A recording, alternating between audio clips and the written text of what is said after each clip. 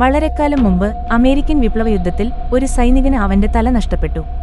അദ്ദേഹത്തിന്റെ മൃതദേഹം സ്ലീപ്പി ഹോളോയിലെ ശ്മശാനത്തിൽ അടക്കം ചെയ്തു. പക്ഷേ അദ്ദേഹത്തിന്റെ തല ഒരിക്കലും കണ്ടെത്തിയില്ല. അന്നുമുതൽ ഗ്രാമവാസികൾ വിശ്വസിച്ചത് അദ്ദേഹത്തിന്റെ പ്രേതം എല്ലാ രാത്രിയും ശവക്കുഴിയിൽ നിന്ന് എഴുന്നേറ്റ് കാട്ടിലൂടെ തന്റെ കറുത്ത കുതിരപ്പുറത്ത് കാണാതായ തല തേടി സഞ്ചരിക്കുന്നു എന്നാണ്. ഒരു ശരത്കാലത്ത് ഇച്ച്ബോർഡ് എന്ന ഒരു സ്കൂൾ അധ്യാപകൻ സ്ലീപ്പി ഹോളോയിലേക്ക് വന്നു. ഒരു രാത്രി വാൻ ടാസൽ എസ്റ്റേറ്റിലെ ഒരു പാർട്ടിക്ക് ശേഷം ഇച്ച്ബോർഡ് പ്രേതബാധയുള്ള കാട്ടിലൂടെ ഒറ്റയ്ക്ക് വീട്ടിലേക്ക് കുതിരയോടിച്ചുപോയി. പെട്ടെന്ന് ഒരു കുളമ്പടി ശബ്ദം കേട്ടു.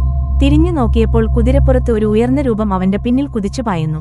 ആ രൂപത്തിന് തലയില്ലായിരുന്നു, കൈയിൽ ഒരു തിളങ്ങുന്ന മത്തങ്ങ മാത്രം.